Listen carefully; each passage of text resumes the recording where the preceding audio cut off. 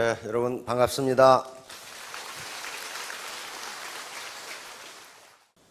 제가 잘 아는 선배 한 분이 역사학자신데 제가 질문을 했어요. 우리 민족의 정신을 한마디로 말하면 뭐냐? 그게 혹시 화랑정신이냐? 그랬더니 아니래. 그러면 상무정신이냐? 그랬더니 그것도 아니래. 그럼 뭐냐? 그랬더니 표현할 말이 없대. 아니 그래도 뭐 가까운 거 하나 있을 거 아니에요? 그랬더니 가까운 거 하나 있대. 그게 뭐냐? 그랬더니 그게 깡다구래. 깡다구. 근데 그 선배님 말이 저는 이해가 됩니다. 거대한 중국 대륙, 옛날에 무슨 중국 대륙에 국경이 있거나 그런 거 아닙니다. 거기에서 여러 민족이 수백 개의 나라를 세웠는데 다 망하고 어디 가고 없어요.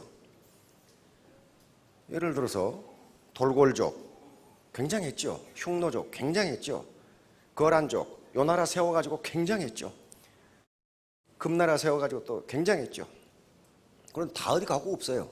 없고 달랑 거대한 중국 대륙에 붙어서 살아남은 나라가 두 개가 있어요. 하나는 조선이고 하나는 베트남이에요. 그런데 우리 조선은, 우리 민족은 깡다구가 엄청나게 씁니다. 그래서 깡다구만 가지시면 성공할 수 있어요. 왜냐하면 시스템 자체가 성공할 수 있는 시스템을 갖추고 있으니까 그렇지, 성공할 수 있는 시스템이 객관적 시스템이 아닌데 깡다구를 가지면 어떻게 되느냐? 그건 죽어. 그건 깡다구다 죽어요.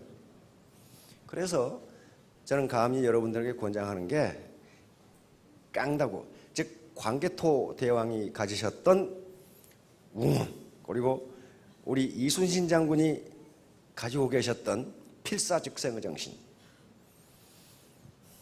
우리 독립군, 독립지사들이 가졌던 그 정신, 하루를 살아도 자유인으로 살고 싶다는 그 정신, 그것만 가지시면 성공할 수 있습니다.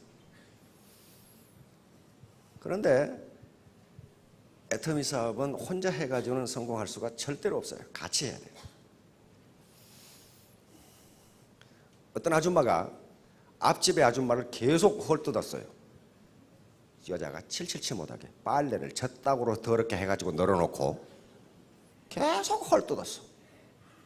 나중에 보니까 빨래는 깨끗한데 저그 집 창문이 더러워. 그러니까 계속 헐뜯은 거지.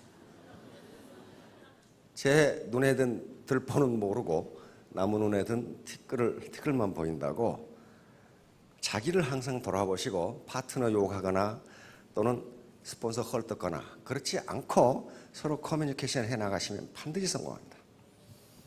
Why not the best? 왜 최선을 다하지 않았는가 하는 제목인데요. 이게 무슨 말인지 보도록 하겠습니다. KFC 아시죠? 바로 샌더스, 커널 할랜드 샌더스라는 분이 만든 세계적인 프랜차이즈입니다. 그런데 이분은 6세 때 아버지가 사망을 해서 초등학교를 중퇴를 하고 그때부터 평생 동안 안 해본 일이 없을 정도로 일을 했습니다. 그런데 20세 초반에 결혼을 했는데 사업이 잘 되다가 망해가지고 마누라가 도망가 버렸어요. 미국하고 한국하고 다른 점은요, 한국은 남편이 사업하다 망하면 부인이 밖에 가서 돈을 벌어서 남편을 건사해. 근데 미국은요, 남편이 망하면 마누라가 도망가 버려요. 저런 가난병이하고 내가 어떻게 사는? 지금도 그래. 지금도 도망가 버려. 역시 마누라가 도망가 버렸어요. 그래가지고 혼자 온갖 사업을 다 하다가 장년이 돼서, 중년이 돼서 크게 성공합니다. 크게 성공하는데 그것도 역시 또 망해가지고 자살하려고 자살 시도를 했으나 고속도로에 술을 먹고 누워있는데 어떤 놈이 또 그걸 또 들쳐매고 병원으로 갔어. 그러니까 안 죽으려면 그래가지고 깨보니까 병원이야. 그래서 병원에서 자기를 얻고 나와가 또 대판 싸웠어. 내가 죽으려고 하는데 네가 뭔데? 그러나 다시 정신을 차리고 65세 때 정부에서 주는 연금이 있잖아요. 그때 $105라고 하는데 $105를 가지고 나는 이렇게 주저앉을 수가 없다. 나는 정부에서 주는 연금이나 받으면서 회전의자에 앉아서, 아니, 흔들의자에 앉아서 그렇게 난 평생을 보내고 싶지 않다. 나는 아직도 일할 의욕이 있다. 그래가지고, 근데 65세 먹은 노인이 105달러 가지고 뭘 하겠어요? 105달러 가지고 뭘 하겠냐고. 우리 돈 10만 원인데. 그걸 생각해낸 게 자기 어머니가 해주던 닭튀김이 생각났다고. 닭튀김이. 그 당시는 미국에서 닭을 삶아 먹었지 튀겨 먹질 않았답니다. 근데 묘하게 어머니가 튀겨준 닭튀김이 그렇게 맛있었어. 그리고 자기가 해보니까 맛있어. 그래가지고 그 레시피를 가지고 돈이 없고 집도 없고 가게도 없고 아무것도 없으니까 자기가 닭튀김 가게를 할 수가 없어. 그러니까 생각해낸 게 프랜차이즈라는 걸 생각했단 말이에요. 요게 맛있는데 요걸 사서 당신 가게에 사고 나한테 로얄티 몇 푼을 달라. 그런데 요 영감을 생각해 보세요. 요 영감이 지가 요리한 닭튀김이 맛있다고 돌아다니면 가게 아줌마가 사겠어요? 당신이나 자시라고 그러지. 그것도 65세짜리가 와가지고 키도 작고 땅 똥똥 해가지고. 그래서 무려 전 미국을 3년 동안 돌게 됩니다. 아무도 가입을 안 해. 우리 시중에 책이 나와 있어요. 1009번째의 성공. 1008번째 가게를 찾아갔는데도 전부 거절이야. 근데 1009번째 가게, 그게 유타주에 있습니다. 유타주 솔트레이크 시티에 한 식당을 하는 사람이 오케이 하고 있어요. 그런데 그렇게 해가지고 그 해에 그 식당의 매출이 3배가 늘어버렸어. 지금 아주 거부가 되어 있는 사람입니다. 그러니까 할랜드 샌더스가 거부를 만들어줄 수 있는 레시피를 가지고 있는데 그 겉모양만 보고 전부 거절하는 거예요. 전부 거절하는 거예요. 그래서 지금 바로 KFC의 본부가 유타주에 있다고. 유타. 이 사람은 켄터키 사람이거든. KFC라는 게 켄터키 프라이드 치킨 아니에요. 켄터키 사람이에요. 이런 식으로 1008번을 거절당해가지고 68세에 겨우 1호 가맹점을 얻게 된단 말이에요. 할랜드 샌더스가 깡다구가 있으니까 이렇게 돼요. 3년간 돌아다녀요. 3년간 돌아다녀요. 지난 번부터 자본 강의를 시작을 했는데요. 피케티 패닝이라고 전 세계를 강타하고 있는 그겁니다. 지금 파리 경제대학의 젊은 경제학자입니다. 우리 나이로 한 이제 43살, 미국 나이 서양 만 나이로 42살밖에 안 되는 경제학자인데 엄청나게 큰 책을 썼어요. 21세기 자본론이라고 하는 무려 700페이지가 되는 책인데 우리나라에 지금 영문판이 들어와 있습니다. 우리 출판사에서 지금 라이선스 계약을 하고 번역을 시작했는데 올 가을에 우리나라에서는 책이 나온답니다. 몇 권이나 팔릴지 모르겠지만 많이 팔릴 것으로 예상이 돼요. 워낙 커. 영어판도 700페이지가 넘어요. 근데 이 책이 미국에서 출판되자마자 수십만 권이 팔렸단 말이에요. 그럼 이 내용이 뭐길래 그러는가? 내용은 간단합니다. 결론은 간단해요. 자본이 돈을 버는 속도가 노동이 돈을 버는 속도보다 빠르기 때문에 자본을 가진 자는 점점 부자가 되고 노동만 있는 놈은 평생 가난뱅이로 산다. 이 결론이에요. 그런데 그게 주요 20개국의 200년 또는 300년의 데이터를 소득 데이터를 분석해 보니까 그렇더라 그러는 거예요. 거의 대부분의 경제학자들이 맞다. 다시 말하면 지금 편의점에서 힘들게 아르바이트하면 100만 원 받는다 그래요? 100만 원? 강남에 빌딩을 가지고 있는 사람한테 물어봤어요. 5층짜리 빌딩인데 그 한 층 세내주면 한 달에 세 얼마 받아요? 한 층에 한 달에 세가 9천만 원이에요. 5층이 뭐 얼마예요? 뭐 계산하지 마세요. 그냥 하시라고. 그 사람은 뭘 가지고 있어요? 빌딩이라는 자본을 가지고 있어요. 이 사람은 만날 노는데 자본이 생산성을 발휘해서 한 층에 한 달에 9천만 원의 렌트를 갖다 주는 거예요. 그러니까 우리가 쉽게 생각만 해도 그렇게 된단 말이에요. 그러니까 피케티는 그것을 전 세계 주요 20개국의 200년 데이터를 분석해 보니까 그렇더라. 그러니까 자본을 가진 자는 점점 부자가 되고 노동만 있는 자는 평생 가난뱅이로 살아야 된다는 결론에 이르게 됩니다. 이것 때문에 미국인들이 그렇게 이 책을 많이 사보는, 그럼 어떻게 해야 되는 거예요? 어떻게? 방법은 하나. 뭐 여기 여러 가지 정책 대안을 제시하고 있는데 내가 자본을 가지면 되는 거예요. 그렇잖아요. 자본을 가지고. 근데 자본이 뭐냐 하는 게 문제예요. 이때 이야기하는 자본은 소위 눈에 보이는 자본, 경제 자본 또는 눈에 보이지 않는 무형 자본이라는 게 있는데 그걸 통틀어서 경제 자본이라고 합니다. 예를 들면 우리 아버지가 삼국지를 써놓고 판권을 가지고 계시는데 돌아가셨다. 그 판권을 나에게 상속하셨다. 그럼 평생 일 안 하셔도 돼요. 로얄티가 들어오잖아요. 전번에 우리나라에 많이 팔리는 삼국지를 쓴 이모 씨가 제가 10년 전에 TV에서 기자가 그 삼국지 번역하셔가지고 쓰셔가지고 지금까지 얼마나 보셨어요? 그러니까 100억 그러더라고. 그러면 그 뒤로 더 벌었어. 그러니까 그걸 여러분들이 물려받았다고 생각하면 가만히 있어도 1년에 한 5억 이렇게 들어온다. 지금 또 어떤 상표권이라든가 기술 개발 특허권을 가지고 있다면 그런 것들을 전부 다 자본이라고 그래. 그걸 가지고 있으면 소득이 들어와요. 당연하잖아요. 소득이 들어와요. 그 작곡 기가 막히게 사는 젊은 사람들 있죠. 얼굴은 하나 못 봤어요. 신사동 호랭이 있잖아요. 들어봤죠? 신사동 호랭이 작곡 기가 막히게거든. 1년에 받는 로얄티만 수십억이라 그런단 말이야. 이 중에서도 혹시 신사동 호랭이처럼 그렇게 작곡을 해 제끼면 꽤 들어와요. 그걸 자본이라고 그래요. 자본. 한번 작곡해 두면 계속 받거든. 그런데 그런 것이 없는 분들은 어떡할 거냐 하는 거예요. 그 경제 자본이 없는 분들은 다른 자본을 축적할 수밖에 없다는 거예요. 그래서 애터미에서의 강의 과정은 전부 자본 축적 과정이에요. 소득 분배가 이렇게 된다고 지금까지 자본주의 경제학은 가르쳤는데, 다시 말하면 경제가 성장하면 소득 분배가 악화됐다가 일정 수준을 넘으면 전부 골고루 잘 살게 된다. 이것이 윗목 아랫목 이론이에요. 아랫목에다 불을 떼면 처음에 아랫목만 따뜻한데 시간이 지나면 윗목도 따뜻해진다. 이게 윗목 아랫목 이론 맞는 것 같죠? 근데 안 그렇더라 이거야. 아랫목에 있는 놈은 타 죽는데 윗목에 있는 놈은 얼어 죽더라 그 말이야. 이 불이 안 가 그쪽으로. 안 가. 그 현실이에요. 그래서 지금까지 자본주의 경제학에서 이야기했던 것은 트리클 다운 시어리라고 있습니다. 물방울 이론.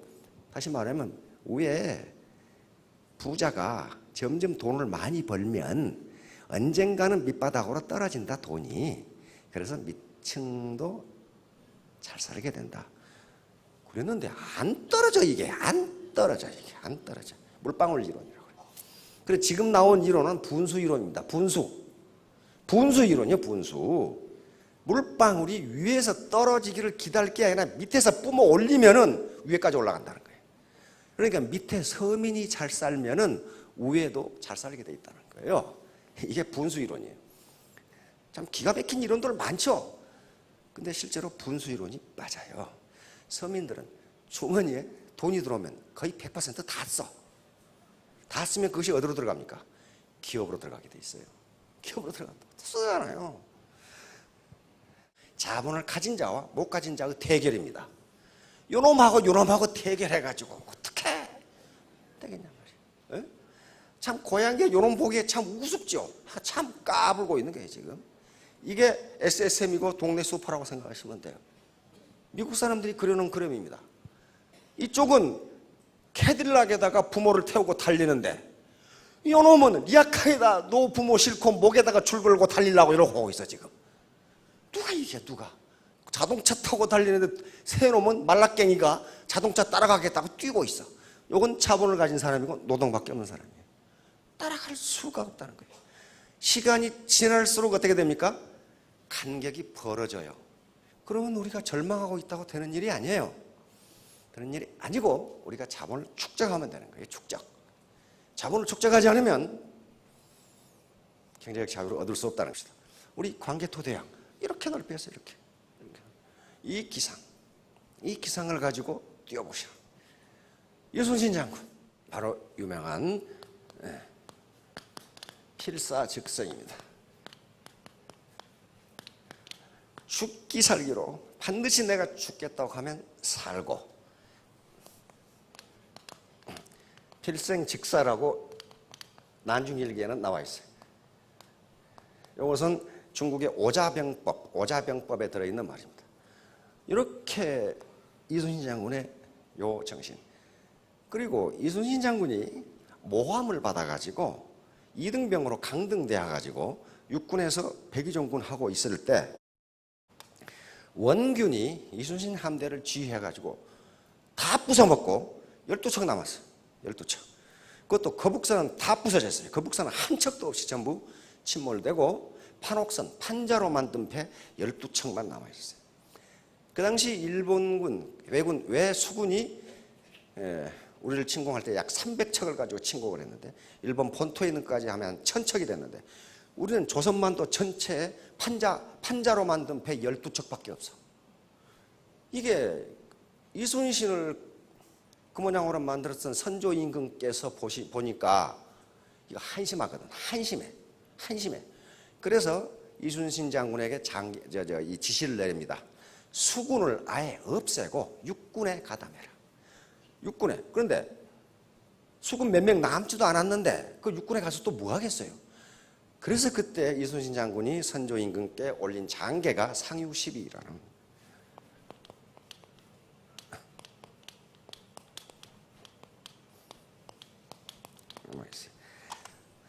전하, 신에게는 아직도 12척의 배가 있습니다. 그 말이에요. 신에게는 아직도 12척의 배가 있습니다.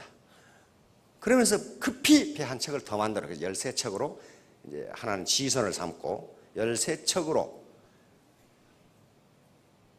일본 수군 300척과 싸워서 이기겠다는 거예요.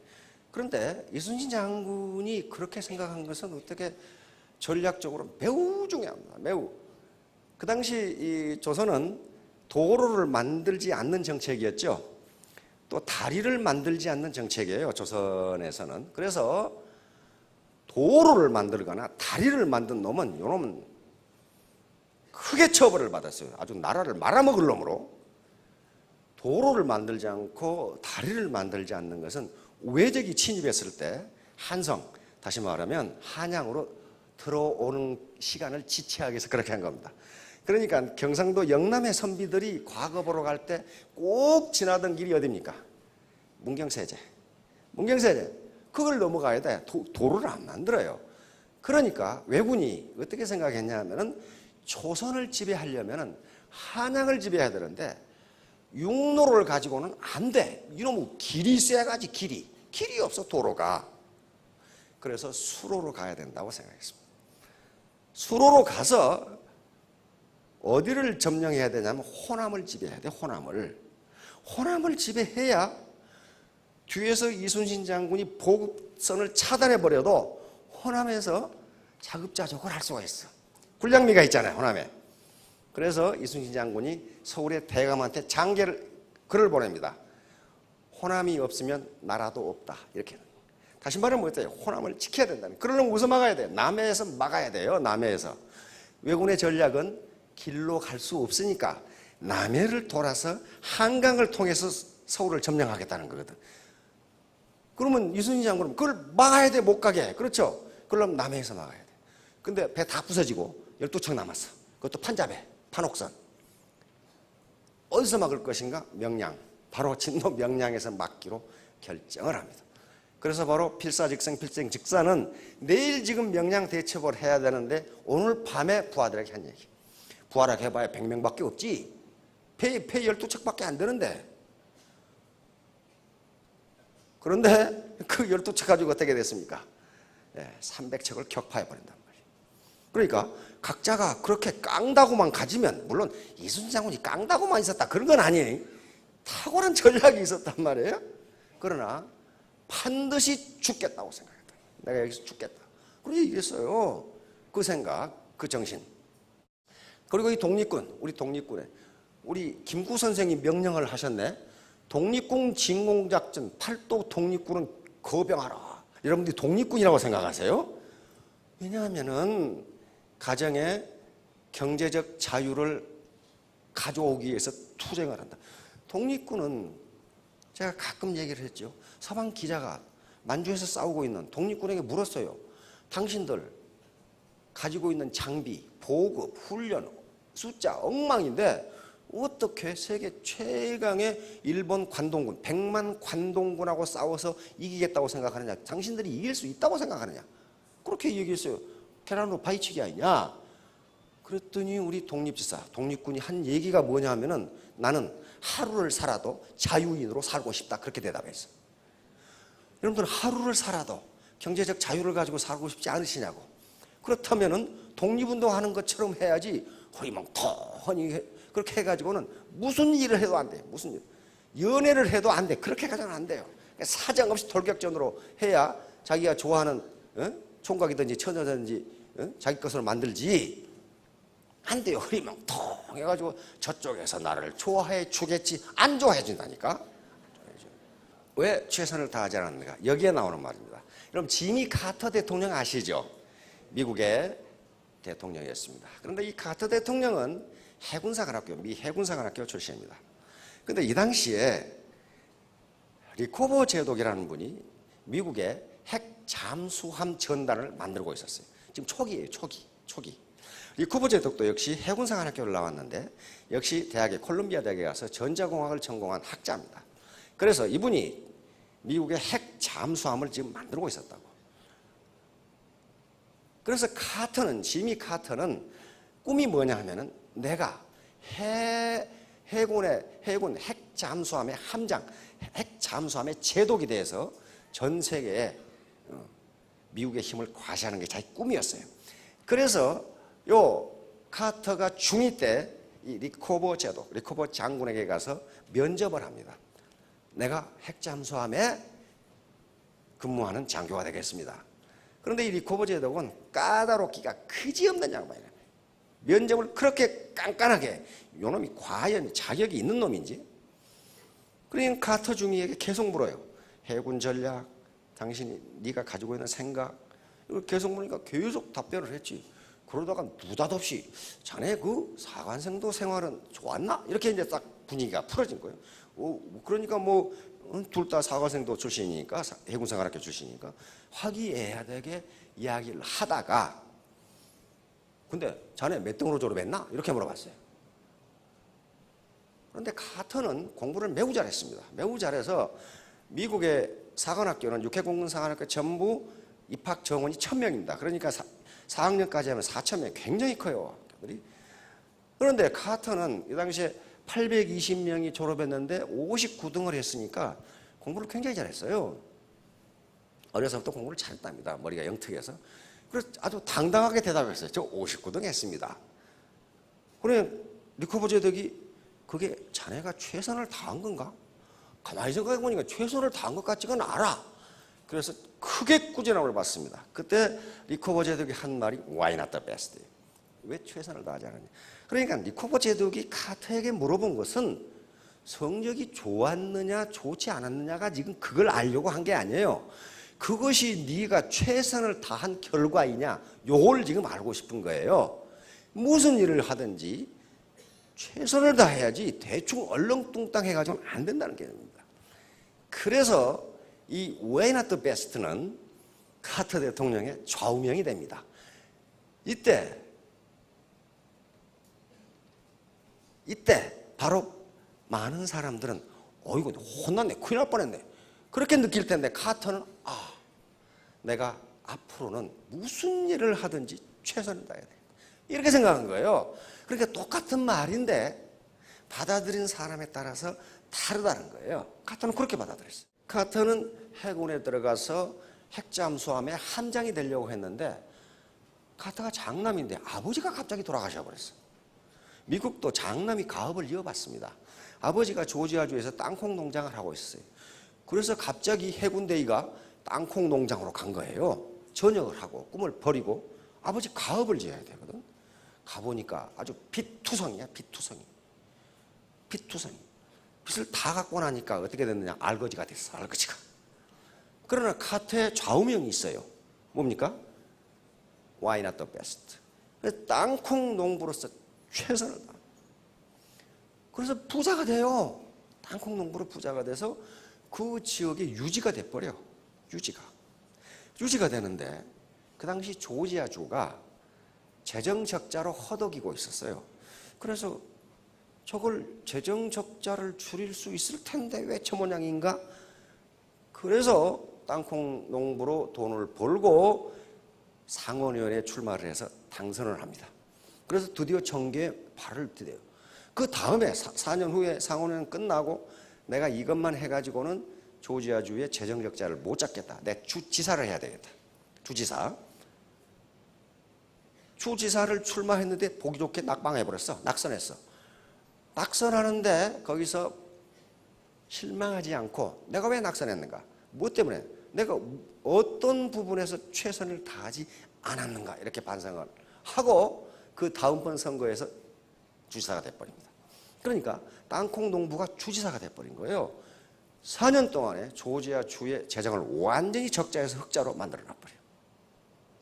카터는 여기가 내 한계다. 이제 나는 이 정도 했으면 됐다 하고 워싱턴 정가에 가서 자기 대통령을 하겠다는 사람들을 모두 만나봤어요. 그랬더니 자기보다 별 나은 것도 없어. 그래서 그 카터가 그때 해놓은 말 보면 나에게 가장 적합한 직업은 대통령이란 걸 발견했다. 그렇게 해놨어요. 여러분들 또 그렇게 생각했어요? 나에게 가장 적합한 직업은 애터미의 로얄 마스터다. 저도 로얄 마스터다. 그렇게 생각하시라고. 카터가 그렇게 글을 써놨어. 나에게 가장 적합한 직업은 대통령이로구나. 그래서 워싱턴에서 대통령에 출마하겠다고 선언을 합니다. 미국은 예비선거가 있죠. 당에서 선거를 해 다시. 그래서 대통령 후보를 뽑는 선거가 있죠. 그런데 이때 대통령 선거에 출마하겠다고 하자 미국인들을 즐겁게 해줍니다. 왜냐하면 좋은 코미디감으로 카터가 등장했어요. 조지아 땅콩 농부가 대통령이 되겠단다. 저도 그 코미디를 봤어. 재미가 없는 시대에 참 재미있게 해주는 놈이 나타났다. 그렇게. 대통령 기자회견도 아주 인상적이야. 나는 내 아내를 사랑하고 내 자식들을 사랑한다. 그리고 미국을 사랑한다. 그래서 내가 대통령을 하려고 한다. 그게 끝. 그러면 됐지. 아내를 사랑하고 자식을 사랑하고 미국을 사랑하면 됐잖아요. 거기다 술과 여자를 사랑하면 문제가 되거든, 그게. 자, 그런데 카터는 어떻게 생각했나요? 신문에서 전부 언론이 카터가 누구야? 이렇게 나온 거예요. 몰라. 조지아 촌 사람이 대통령을 하겠다고 그러니까. 워싱턴에 기라성 같은 인물이 많은데 지가 하겠다, 이게. 카터는 어떻게 생각했냐? 예비선거할 때 미국은 맨 먼저 선거하는 지역이 있고 이렇게 순서대로 해나가요. 법에 따라서. 그런데 맨 먼저 선거하는 지역이 인구가 작아. 거기에 최선을 다해서 그냥 집중적으로 선거운동을 해버린 거예요. 그런데 거기서 1등을 해버렸어.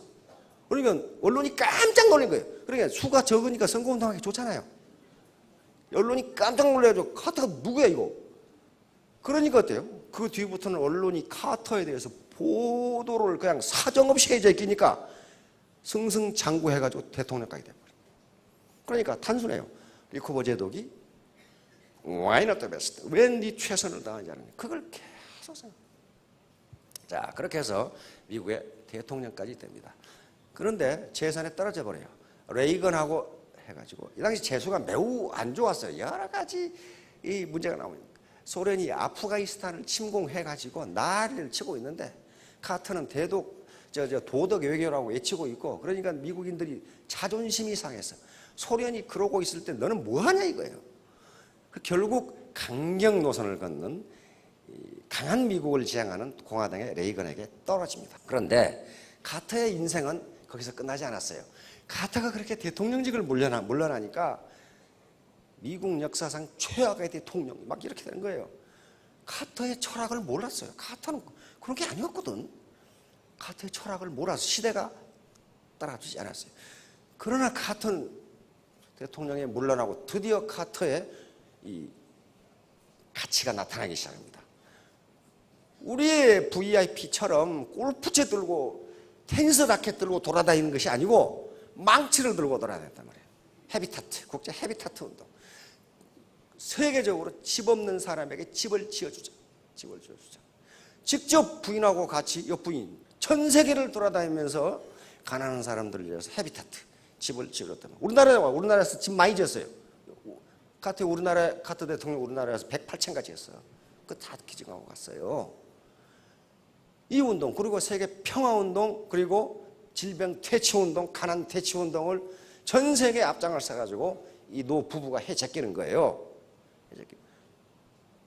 그래서 스웨덴에서는 노벨상을 줍니다. 대통령을 잘했다고 노벨상을 준 게 아니에요. 전 세계 가난한 사람을 위해서 집을 짓고 질병을 퇴치하고 이 문명을 퇴치하고 이 운동을 계속해 온 거예요. 계속해 온 거예요. 그래서 2002년에 노벨상을 받게 됩니다. 이때 나이가 80세였어요. 80세. 그때 우리나라에 망치 들고 오셨다니까 이분이. 이때 와서 기자가 물었어. 앞으로도 뭐 나이가 많으신데 뭐 하실 겁니까? 그러니까 나는 겨우 80살이다. 여기 혹시 겨우 80살 되신 분? 겨우 80살이다. 그러니까 앞으로도 할 일이 많다. 그렇게 생각했어요. 여기 7학년도 계시겠지만 나는 겨우 7학년이다. 그렇게 생각하시라고요. 7학년이다. 지금 90세가 넘었어요. 90세 넘었는데 지금도 망치 들고 다녀. 리코버제도 이분에 대해서 딱 한마디 해주고 싶은 것은 국가의 지도자라는 사람들이 어떻게 해야 되는가요? 어떻게 해야 되는가? 미국도 그렇고 우리나라에도 그렇고 계급정년이라는 게 있습니다. 공직해 보신 분 다 알죠? 계급정년. 다시 말하면 대위에서 소령되고 소령돼서 중령되는데 주야장창 기다리는 게 아니에요. 몇 년 이내에 진급을 못하면 그들의 편이에요. 계급정년이에요. 그리고 두 가지 정년이 있습니다. 연령정년이 있고 계급정년이 있어요. 연령정년과 계급정년 둘 중에 먼저 걸린 걸 가지고 예편시켜요. 예를 들면 대위는 36세까지다. 그런데 36세까지 소령 진급을 못하면 자른다고 말이에요. 또 그때까지 뭐 대위에서 소령은 몇 년이다. 그 안에 진급 못하면 잘라버려요. 장군도 마찬가지예요. 원스타는 우리나라에서 6년입니다. 6년 이내에 소장으로 진급 못하면 바로 예편이에요. 소장은 4년인가 그럴 겁니다. 4년 이내에 중장으로 진급 못하면 예편. 이런 식으로 되어 있어요. 그런데 이분은요, 해군사관학교를 나온 전략가에다가 전자공학을 전공한 학자예요. 이분이 지금 미국의 세계 최강의 핵잠수함을 만드는 것을 지금 설계하고 있단 말이에요. 그러니까 미국 입장에서는 어떻습니까? 이분은 국보급 존재예요. 이분을 정년이라고 잘라버리면 어떻게 돼요? 누가 그걸 해? 누가? 미국 의회는 특별법을 만듭니다. 미국 의회가. 그러니까 미국 의회, 우리 같으면 국회가 이분을 위해서 리커버 제독이라는 사람을 위해서 특별법을 만들어요. 이분에 한해서 정년을 없애버렸어요. 이분은 돌아가실 때까지 해도 좋다 이거예요. 그래서 83세까지 현역 해군대장으로 있었어요. 83세 예편합니다. 베트남도 그렇게 했어요. 보겐지압 장군, 베트남 의회는 보겐지압 장군의 정년을 없애버렸어요. 끝까지 현역으로 계시라. 그리고 103세까지 현역 육군대장으로 계셨어요. 우리는 그렇게 안 해. 아무리 똑똑한 놈도 야 인마 정년제에서 나가 임마. 그러니까 국가 지도급 인사들이 뭘 해야 되는가? 인재를 알아봐야 된다고. 인재를. 이게 지금 케네디 대통령인데 이 백악관에서 초청 안 한 사람이 없어요. 대통령, 역대 대통령. 케네디, 존슨, 포드, 닉슨 다 초청했잖아요. 하도 오래 하니까. 응? 하도 오래 하니까. 장군만 30년을 달고 있으니까. 응? 이분이 세계 최강의 미국 해군을 만들어버린 거예요. 자, 올인 영화 보셨죠? 정신을 집중해야 돼요. 양다리 걸치고 있으면 될 일이 별로 없어요. 올인. 모든 자기의 에너지, 시간을 올인하면 성공할 수 있습니다. 베토벤은 악성입니다. 음악의 성인인데 그냥 된 게 아니에요. 밥을 먹었는지 안 먹었는지도 모르는 사람이 식당에 가서 의자에 앉아 있어가지고 갑자기 악상이 떠오르니까 식당 가지고 이제 피아노를 치고 있었어. 근데 식당 주인도 이게 음악가라는 걸 알아. 아니까 내버려 뒀어. 1시간 내내 이러고 앉아 있으니까 아줌마가 불렀어. 그 아저씨, 그러니까 깜짝 놀래가지고 제가 밥을 먹었습니까? 안 먹었습니까? 이렇게 물어본 거예요. 그게 몰입이에요. 어느 도시국가의 청년이, 불평 많은 청년이 왕에게 찾아가가지고, 아니 임금님이시라면은 인생을 어떻게 성공적으로 사는지 그 방법을 알 것 아닙니까? 좀 가르쳐 주세요. 그러니까 임금님이 그래, 가르쳐 주마. 그런데 너는 내 요구를 들어줘야 가르쳐 줄 수 있다. 뭡니까? 이 포도주 잔을 가지고 시내를 한 바퀴 돌아오면 내가 가르쳐 주겠다. 그런데 만일에 네가 포도주를 한 방울이라도 흘리면 내가 네 목을 치겠다. 예스, 노, 그래. 예스 그랬어요. 그러면 이 청년이 예스한 이유가 뭡니까? 바로 최종 목표, 인생을 성공적으로 사는 법을 아는 것이 너무도 중요하기 때문에 지금 눈앞의 목표, 포도주를 흘리지 않는다는 목표, 이것을 오케이 할 수 있었던 거예요. 만약에 인생을 성공적으로 사는다는 방법, 그것이 별로 중요하지 않았다면 죽을 수도 있는 일을 왜 하겠냐 그런 말이에요. 왜 하겠냐? 이 청년은 인생을 성공적으로 사는 법을 아는 것이 너무 중요했기 때문에 죽을 수도 있는 이 포도잔을 들고 시내를 한 바퀴 돌아오면 가르쳐 주겠다. 그걸 예스한 거예요. 그래가지고 한 바퀴를 정말로 한 방울도 흘리지 않고 돌아왔어요. 그러니까 임금이 물었습니다. 혹시 술집에서 노래 부른 소리 들었느냐? 못 들었는데요. 청춘 남녀가 연애하는 것을 보았느냐? 못 봤는데요. 시장통에서 장사하는 걸 보았느냐? 못 봤는데요. 그게 바로 성공 비결이다. 네가 어떤 목표를 달성하기 위해서 정신을 집중하면 주변에서 이야기하는 잡다한 소리는 들리지 않는다. 오직 네 목표를 향해서 갈 수 있다. 그것이 인생의 성공 비결이다. 이렇게 가르쳐 준 거예요. 그러니까 옆에서 당신 어쩌려고 다단계? 그게 들리는 게 지금 정신이 집중 안 됐어요. 망하려고 그래? 그런 것이 안 들린다. 안 들린다. 자, 그것이 몰입입니다. 혀만 온전히 붙어 있으면 애터미 사업에 성공할 수 있다. 혀만. 이거 뭐 어디 공장에 가서 일하는 것도 아니고 물건을 만드는 것도 아니고 혀만 살아있으면 이게 혀만 살아있으면 이거 질 좋고 써봐. 안 쓴다 그러면 알았어. 네 마음대로 해. 혀만 살아있으면 성공할 수 있어요. 학력도, 경력도, 건강도, 나이도, 성별 아무 필요 없고 혀만 붙어 있으면 혀만. 이게 오설상제라고 하는 사마천의 사기 열전에 나와 있는 이야기입니다. 혀만 살아있으면 성공할 수 있다. 자, 여기 오시는 거 보니까 죄다 혀가 살아계시네. 자, 3년 뒤, 5년 뒤에 전부 3,000댁, 5,000댁이 되시기 바랍니다. 감사합니다.